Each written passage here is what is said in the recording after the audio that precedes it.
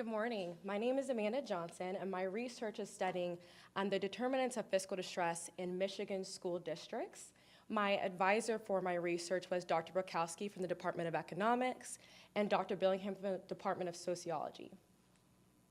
So at first, I think it's important to understand what is school choice understood in the state of Michigan. And defined by the Department of Education, school choice is understood as a student's ability to attend a school outside of their own district. And as you know, and LaWanda kind of alerted to it earlier, the Department of Education has been kind of contentious and have been a big hot topic in the political realm, and school choice has been a part of that.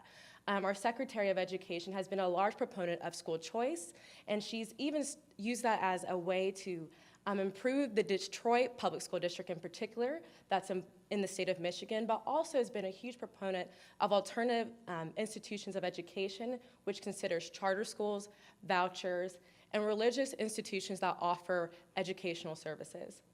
What I think is so important about school choice is that the tie that it has to school finance. Districts are funded based, particularly in the state of Michigan, schools and districts are funded based on the amount of students that attend their schools. So essentially, this ties enrollment to revenue. And Kansas is no stranger to tightening budgets and increased expenditures. And so this incentivizes incentivizes districts to participate in the school choice program in hopes of managing their expenditures through revenues gained by outside students. So to give greater context to the state of Michigan, there's over 540 public school districts in the state. This makes about 60% of the educational market. We are looking at about over 300 charter schools, and this has steadily increased over the last decade. Also, we have 56 intermediate school districts. These are governing bodies that help the public school districts administer services and programs to the respective schools. And lastly, it's important to understand that school choice is voluntary. This Department of Education does not require the public school districts to participate. And so over the years, we've seen about 80% of public school districts participate in school choice as of 2015-2016. So this led me to my research question. There's been a lot of studies looking at school choice, and it's kind of been broken into two sections. Most of the research has been done understanding at the student outcomes, how does school choice affect their achievement in the classroom? But on the other side of that, at the district level, it's been trying to understand what makes parents and teachers choose to go to schools outside of their own district.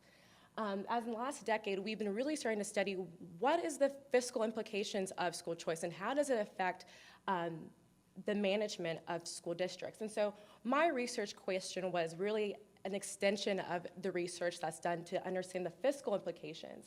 And so first, I wanted to look at the likelihood that certain predictors could cause fiscal distress in the state of Michigan. So I looked at enrollment, I looked at student characteristics within the districts, and also resource allocation. On the second hand, I particularly dive into the topic of inter-district transfers and particularly look to understand how does this increase the likely or not the likely of a district experiencing stress.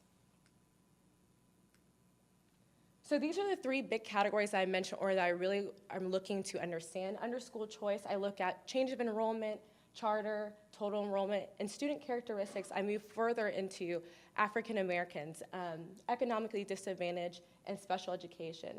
And I think that one of the most important parts is the expenditures that public districts inquire in offering services to their students. And so I look at benefits, administration, salary, and other expenses. My data set is taken from 2010 to 2016 at the district level, and we analyze about 540 public school districts within the state. The regression that I was able to run really analyzes the likelihood that these variables could or could not cause fiscal distress for districts. So to begin, I'm looking forward to the results and findings. I think it's as a baseline, it's really important to understand the frequency at which public school districts experience fiscal distress. And we can see from the chart up here that the districts within the state of Michigan really varies between 20 to 30% of school districts that are experiencing distress. And it really varies quite, as you can see, over the year. But I thought it was really important to give some context to the averages of which the characteristics of these types of schools. And so we look at inter-district transfers. About 1%, all districts that were identified as fiscal distress experience, on average, losing 1% of its students to another district. Looking at charter schools, about almost 6% average that these districts lose residential students to charter schools. And then lastly, I added special education. And most of these districts, on average, have 13% of its student body are special education students. I found this very particular to note given the fact that the cost of administering special education services is an additional expenditure to these districts, which could be seen as an increased factor of causing fiscal stress. So moving forward to the factors that I found statistically significant in my regression. And so these were the 5 variables that reoccurred, found had a direct correlation and association with fiscal distress. So first, as you can infer, the net inter-district transfers increased the odds of a district experiencing fiscal distress by 2.7. And so we can infer that as students or as districts gain students into their district, their odds of becoming fiscally distressed decline as outside students bring additional per pupil funding. Furthermore, we see that the charter school in particular increases the odds of fiscal distress by 4.7%. So as the amount of students that attend charter increases by 1%, we see the odds increasing by that amount. Special education, like I indicated on the last slide, has a high cost to school districts, increases the odds of a district experiencing fiscal distress by 8%. African American students, 2.8. And lastly, what I think is very important is the benefits. The amount that school districts spend towards benefits increases the odds of fiscal distress by 10%. And that's the highest within our model and had the greatest odds of causing fiscal distress. So I have some 3 large key takeaways that I want to leave you all with today. First is that the predictors within our models that are causing fiscal distress for our districts are really out of the district's controls. Things like total enrollment and student characteristics are things that districts cannot on their own control and use to mitigate their expenses. However, I think it's very important to note that benefits at nearly 11% have the greatest odds of causing fiscal distress and is within a district's control. However, I think it's really important to note that districts need to be cognizant of using benefits as a way to manage their budgets and be considerate of how this may affect wages, salary, teacher performance, and instruction of education.